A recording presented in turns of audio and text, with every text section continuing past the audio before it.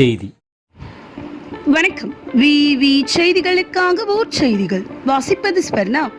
ராணிப்பேட்டை மாவட்டம் ஷோலிங்கர் நகராட்சிக்கு உட்பட்ட மோட்டூர் அரசு பள்ளி வளாகத்தில் உங்களுடன் ஸ்டாலின் திட்ட முகாம் நடைபெற்றது. இந்த முகாமில் நகராட்சி தலைவர் தமிழ்ச்செல்வி, ஆணையர் நந்தினி கலந்து கொண்டு பொதுமக்களிடமிருந்து மனுக்களை பெற்றனர். தொடர்ந்து கர்ப்பிணி பெண்களுக்கு ஊட்டச்சத்து பெட்டகம், மக்களை தேடி மருத்துவம் சார்பில் மருந்து மாத்திரைகளை வழங்கினார்கள். மோட்டூர், எசையனூர் ஆகிய பகுதி பொதுமக்கள் 300க்கும் மேற்பட்டோர் கலந்து கொண்டு மனுக்களை வழங்கினார்கள். அப்பொழுது நகராட்சி கவுன்சிலர்கள் அசோகன், கணேசன், சாரதா மற்றும் அரசு அலுவலர்கள் உடனிருந்தனர். அதனைத் தொடர்ந்து ஷோலிங்கர் ஒன்றியத்திற்கு உட்பட்ட பாண்டியநல்லூர் தனியார் பள்ளியில் உங்களுடன் ஸ்டாலின் முகாம் நடைபெற்றது.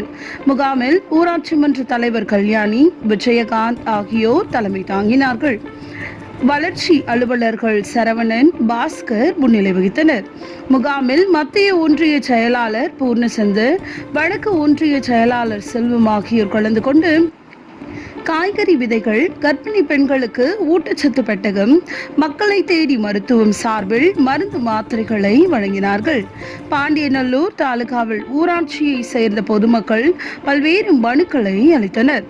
அப்பொழுது வழக்கறிஞர் ரகுராம்ராஜ், ஊராட்சி செயலாளர்கள் லட்சுமணன், வில்வநாதன், ஜெயபால், வட்டார ஒருங்கிணைப்பாளர் சாந்தகுமார் மற்றும் பலர் கலந்து கொண்டனர்.